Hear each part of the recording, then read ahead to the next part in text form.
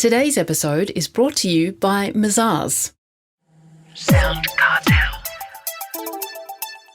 If you have a discretionary trust, like a family trust, be careful. Don't be caught out by the new ATO guidance. From Sound Cartel, I'm Peter Letts, and this is Business Essentials Daily.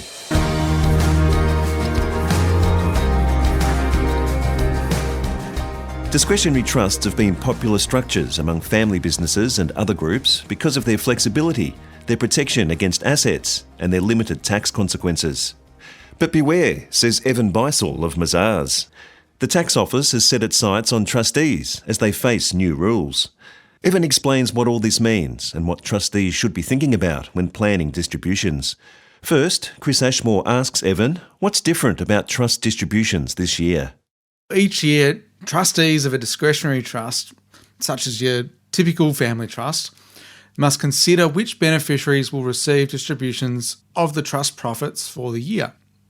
Whilst not the only consideration, tax is often a significant consideration when planning trust distributions in family groups.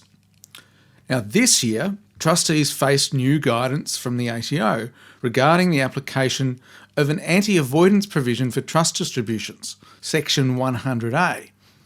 This new guidance represents a change in ATO view, at least as it was widely understood, and means many common arrangements may now be caught by these anti-avoidance rules. Now, won't go into too much detail on the guidance, as this has been covered previously, but today I want to focus on the practical impacts for trustees as they plan trust distributions for the 2022 financial year. And I'll also try to put to one side the strong and in some aspects well-founded voices against the ATO's views, because the reality is that the ATO's views matter whether or not you agree with them, as most people want to keep their affairs low risk and stay out of the ATO's crosshairs. Can you briefly remind us of the key aspects of the new ATO guidance? Certainly, but first a quick recap on Section 100A. So in simple terms, Section 100A broadly applies to arrangements where one beneficiary receives a trust distribution but does not receive the full economic benefit of the distribution that instead goes somewhere else.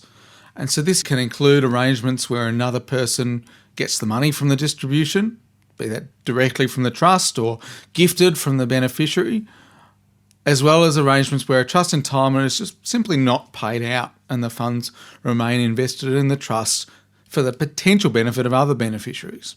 Now, where Section 100A applies, instead of the beneficiary being taxed on the distribution, as they usually would, at their marginal tax rates, the trustee is instead taxed, basically as though it hadn't made the distribution, on that amount at the top marginal tax rate of 47%. And there's an exclusion for ordinary family and commercial dealings.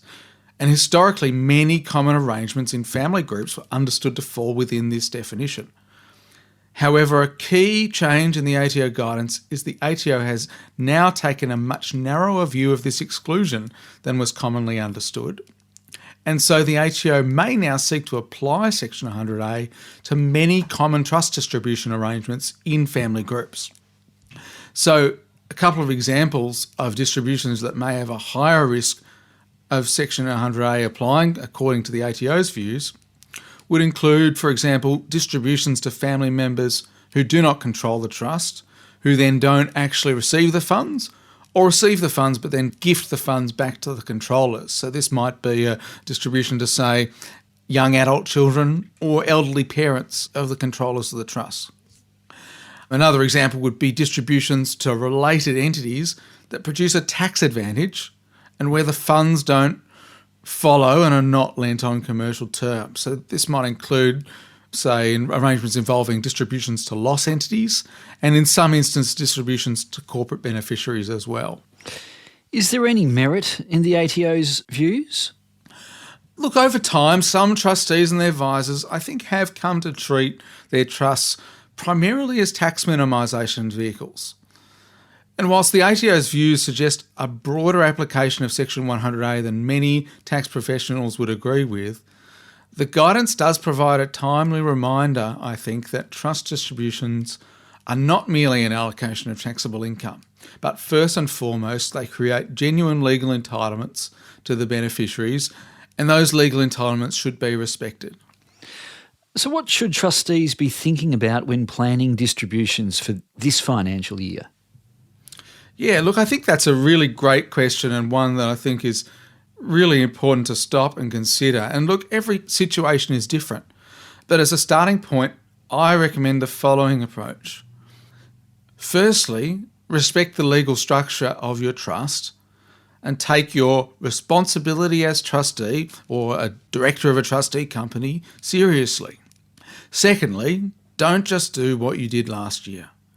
Consider your distributions carefully in consultation with your advisors.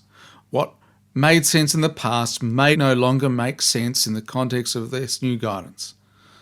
Thirdly, review your proposed distributions in that context of the guidance. In particular, do you propose to distribute to any beneficiary who may not benefit appropriately from their distribution? And if so, I'd say that's a reason to stop and pause and consider if that's really appropriate. Fourthly, if feasible, plan to pay out your distributions in full with cash payments and as soon as practical. This is the simplest way to keep your trust arrangements low risk. Now, this won't work for every trust, but where it does make sense, it is a pragmatic and well-advised approach. And then finally, I'd recommend that you talk to your advisor about any possible situations where the ATO might apply Section 100A. So any scenario where you might be concerned that you've got a situation where a beneficiary won't necessarily appear to receive the full benefit of their distribution, or maybe the funds are going to need to remain in the trust for a period of time. Talk to your advisor and work through what the risk profile of that situation might be. Is that a situation that really can be justified as ordinary family commercial dealings? Is that a situation you might want to take a different approach? Or is there some other steps that you can take to mitigate your risk? Well, before we go, any final recommendations? So my final advice would be, don't panic. There's been a lot of voices talking against the ATO's views, and a lot of them saying it will be the end of trusts as we know it, and I think that's overstating the point. Trusts can achieve many benefits both in tax efficiency as well as commercial and estate planning advantages, and for most trusts these benefits will not be eroded by this new ATO guidance. Evan Beissel, partner at Mazars.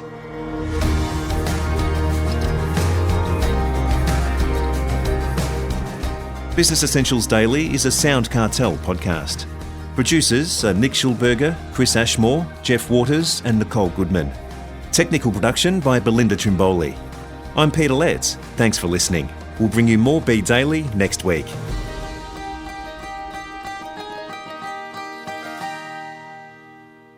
Sound Cartel. This episode was brought to you by Mazars. To find out more, visit mazars.com.au. That's mazars.com.au.